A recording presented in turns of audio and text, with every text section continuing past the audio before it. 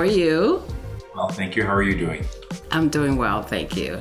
Did you want to introduce yourself? Sure. I'm Vishaan Chakrabarti. I am the founder and creative director of Practice for Architecture and Urbanism, or POW for short. So I'm an architect and an urban planner. I've been working for about 25 years, and I really spent most of my career focused on cities and the communities that live in cities. I think cities are extraordinary places, not just because they're economic beehives, but also because they're cultural centers. And Ford originally approached us about Corktown. I was just thrilled. I had always wanted to do a project in Detroit, and the fact that this all centers on Michigan Central Station is just so incredible. Like, it's an architect's dream. That's awesome.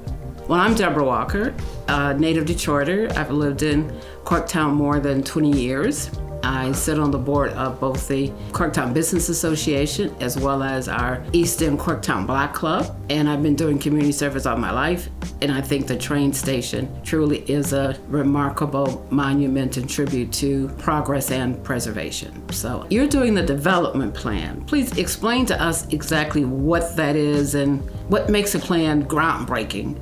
With this site development plan, what we're really trying to do is set a framework for what the entire area around the station could become.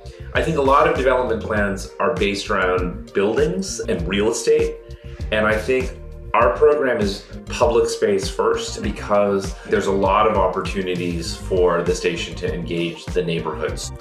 Absolutely. Where do you look for inspiration as you build this development plan? When we think about Detroit, we think about a city of makers, a city of doers, a city of innovators, whether it's food or music, someone who works with their hands and builds something out of metal or wood or steel.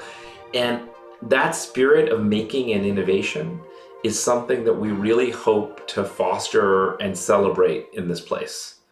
I really believe that Detroit can help lead the way in terms of reviving manufacturing in cities in the United States. And I think this is a great place to really showcase that.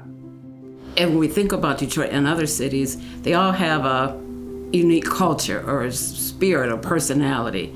How do you identify that particular character in Detroit? And really more specifically, how would you incorporate elements of the African American culture as well as Mexican, Maltese, and Irish that have strong roots in this particular area's origin? I think today, Mexican Town is very separated from the station because of the viaduct and so forth. So we're trying to build streetscape improvements that make it very easy for someone to come from Mexican Town into the station. And we're trying to do that really 360 degrees. So we don't think of the station as having a front and a back. We really think of it as having entrances on all sides that's inviting people from every community. Your bio indicates that you create joyous cities. I was intrigued by that. What does a joyous city look like to you, and how will this development fit into that description? That's something that's just really near and dear to my heart. I think we miss each other. We miss being around each other as human beings. And so I just think there's so many opportunities for joy all around this station, in Roosevelt Park, on the north side, on the mobility platform, on the south side. Sure, I design buildings and it's great to see a beautiful building, but it's another thing entirely to hear people laughing in that building or laughing in a park or seeing kids from very different racial, religious, social backgrounds playing in the same playground. That really brings me joy. We're going to work really hard to make sure that there's that sense of belonging so that it's not a one-time deal. It's not going to one meeting and hearing a few things. It's about a continued sense of engagement and discussion to build the narrative of the place together. You know, we've been through a lot of tough times as a society in these last couple of years, especially this past year. And this is something that I think we can all get together around and celebrate.